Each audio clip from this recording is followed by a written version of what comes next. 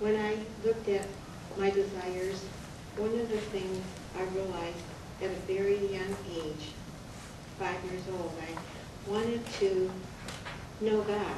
And my mother was in the hospital, and my grandmother was taking care of me. And she used to play the piano, and she would play in the garden. Now, I don't know if you know that song or not, but it goes something like this. In the garden, he walks with me, talks to me, and he tells me I'm his own.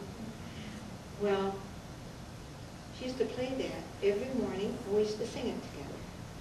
And I started to say to my mother, or my grandmother, God's going to talk to me someday. I know he's going to talk to me someday.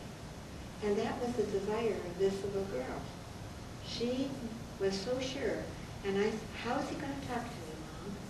Tell me how he's going to talk. Well, no, God doesn't talk to you. I don't think God talks to you, Janie. It's okay. It's just a song.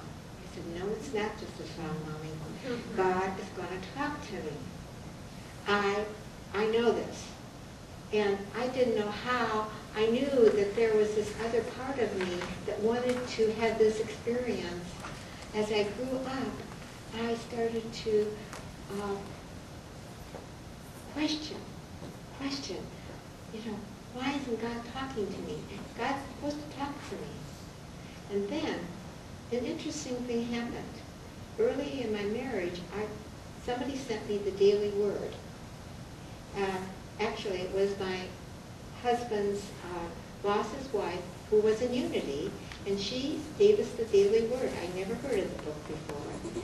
I got it in January, because this was our Christmas present that they, for a year's subscription.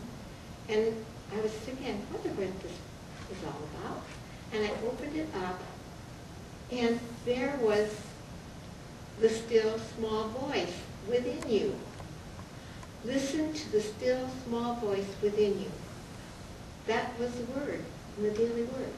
And I thought, oh my gosh, this is the most wonderful thing, because there is a still small voice that I'm going to connect to. But I didn't know quite how to do it.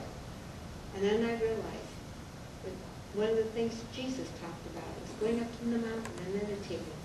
And I started that meditation ritual that I do with you on Tuesday nights. It opened up so many doors of understanding for me. It was the first tool that I started using to make that inner connection. And through that inner connection, the thing that happened was that part of me that had been so desirous 300 years before started to come into fruition, if you will. And things started happening within me. And as I mentioned before, I started to see my past lives. I started to understand my soul.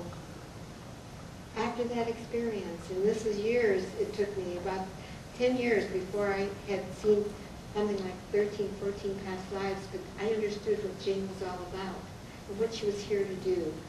Now, this might not be something you're interested in, but understand that you have had other lives, and that these lives are trailing with you. You have a history, and having that history, you can tap into the talents and abilities that you've had in the past and bring them forth in this lifetime.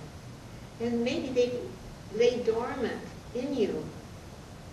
If you're 50, 60, 70, doesn't matter how old you are, they're there, and they can come springing into consciousness, and you can be developing and working in these areas that's supporting your soul to become more consciously aware of its whole self, not just a portion of itself.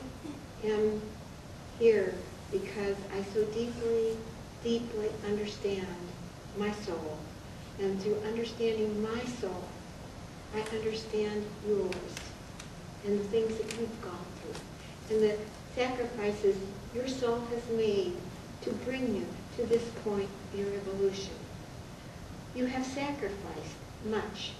You have done many wonderful good things.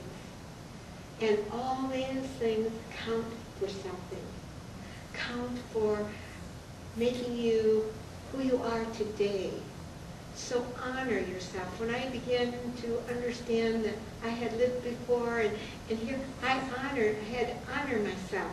And the hardest thing to do sometimes is honoring ourselves. And it's not selfish, it's not ego, it's loving that inner part of us and embracing it and knowing that it's here for a deeper purpose. You're here for a deeper purpose.